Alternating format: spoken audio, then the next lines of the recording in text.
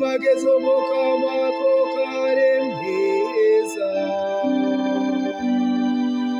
akubuntu bwiwe n'imyaka yose. Israeli rero nimugete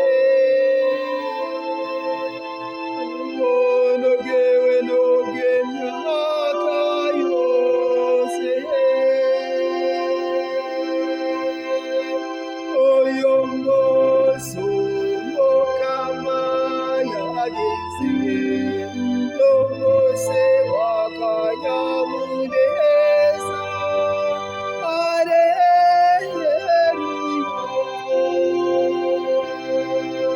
Ukuryo umukama akorane naye,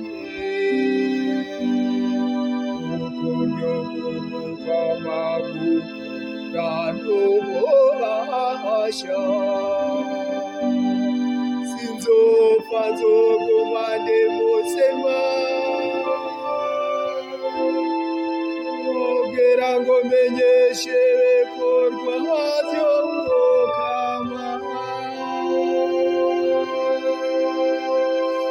Uyu munsi umukama yagize n'umunsi w'akanyamuneza.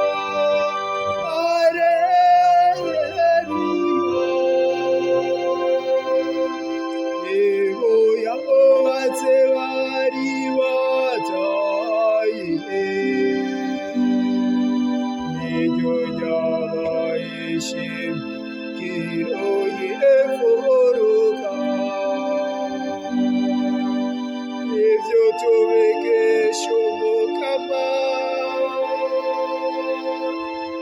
kandi n'ibitangaza mu mahanga.